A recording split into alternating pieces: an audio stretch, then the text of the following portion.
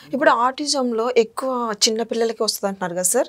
మరి ముఖ్యంగా చూసుకుంటే అంటే చిన్న పిల్లలకి ఆడపిల్లలకా? మగ పిల్లలకా అని అంటే ఏం చెప్తారు సార్? సో ఇది చాలా కాంట్రవర్షియల్ క్వశ్చన్ అండి. ఎందుకంటే ఆడపిల్లలకా, మగపిల్లలకా అనే దాన్ని ఇంతవరకు ఏమనుకున్నారంటే ఇది ఎక్కువ మగపిల్లలకి వస్తుంది, ఆడపిల్లలకి తక్కువ వస్తుంది అంటారనమాట. అంటే ప్రతి ఒక 10 మంది మగపిల్లల్లో ఒక ఆడపిల్లకి వస్తుంది, 10 మంది మగపిల్లలకి వస్తే ఒక ఆడపిల్లకి వస్తుంది అని ఇన్ని రోజులు అనుకునేవాళ్ళు. కాకపోతే ఇప్పుడు లేటెస్ట్ రీసెర్చ్ ఏం ప్రూవ్ చేస్తుందంటే ఆడవాళ్ళకి, మగవాళ్ళకి, మగపిల్లలకి ఈక్వల్గా వస్తుంది. కాకపోతే వాళ్ళు ఎక్స్ప్రెస్ చేసే దాంట్లో డిఫరెంట్గా ఉంటుంది. సో ఆడవాళ్ళు అంతగా ఎక్స్ప్రెస్ చేయలేరు. ఫర్ ఎగ్జాంపుల్ మనము ఏమంటామంటే రిస్ట్రిక్టెడ్ ఈ కమ్యూనికేషన్ ప్రాబ్లమ్స్లో తర్వాత మనము కమ్యూనికేషన్ ప్రాబ్లమ్స్లో ఇంకొకటి వీళ్ళు రిలేషన్షిప్స్ని మెయింటైన్ చేయలేరు. రైట్, రిలేషన్షిప్ని అర్థం చేసుకోవాలి.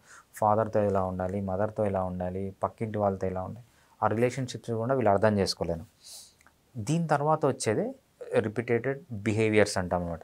ఆ రిపీటెడ్ బిహేవియర్స్లోనే మనము ఇప్పుడు డిస్కస్ చేస్తున్నాం. అయితే ఇప్పుడు ఆడపిల్లలకి ఉండే లక్షణాలు ఎలా ఉంటాయి అంటే ఏం చెప్తారు? రిపీటెడ్ బిహేవియర్స్ మగపిల్లల్లో ఎలా ఉంటుందంటే వాళ్ళకు మీరు ఏ వస్తువు అన్నా కార్ ఇచ్చారనుకోండి దాన్ని వేరే రకంగా ఆడుకోవాలి, ఏరోప్లేన్ ఇచ్చారనుకోండి దాన్ని వేరే రకంగా ఆడుకోవాలి, గన్ ఇచ్చారనుకోండి పిల్లలకి వేరే రకంగా ఆడుకోవాలి. వీళ్ళకంత ఇంటెలిజెన్స్ ఉండదన్నమాట. సో దీన్ని డిఫరెంట్గా వాళ్ళు ఏం చేస్తారంటే మీరు ఏ వస్తువు ఇచ్చినా ఒకటే రకంగా ఆడుకుంటారు. ఎట్లా ఆడుకుంటారంటే వాళ్ళు అన్ని లైన్లుగా పెడతారనమాట.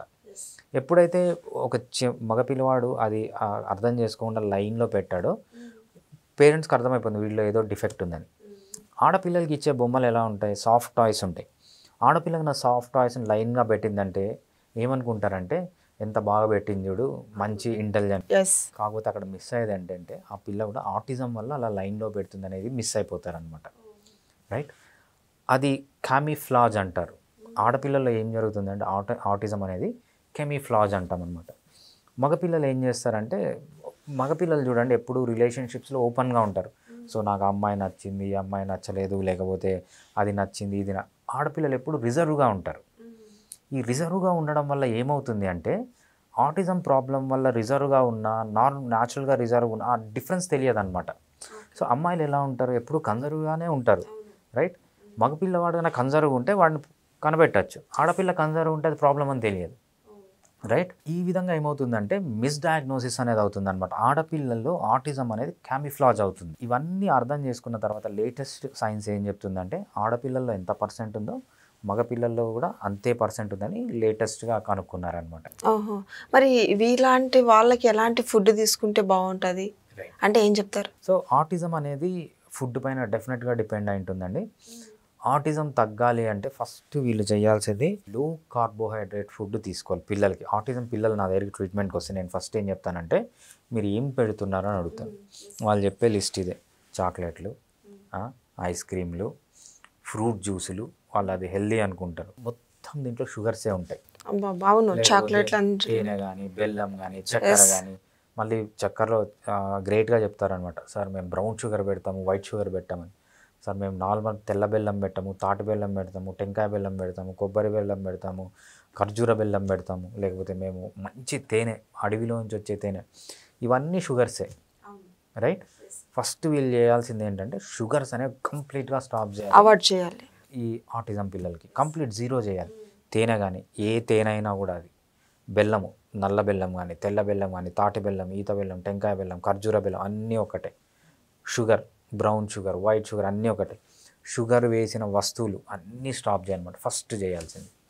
సెకండ్ చేయాల్సింది కానీ చిన్నపిల్లలు అలా ఉండదు కదా సార్, ఇప్పుడు తినాలని చిన్నపిల్లలకి అనిపిస్తుంది కదా. రైట్, తప్పదు. బాబు బాగుండడం కావాలా, ఆడ తినడం కావాలి. మీకు పిల్లలకి తినాలనిపించడం అనేది కాదన్నమాట. పిల్లల దగ్గరికి తెచ్చిస్తేనే తింటారు వాళ్ళు. అసలు షుగర్ అనేదే లేదని వాళ్ళకి తెలిసిందనుకోండి వాళ్ళు దాన్ని క్రేవ్ చేయరు.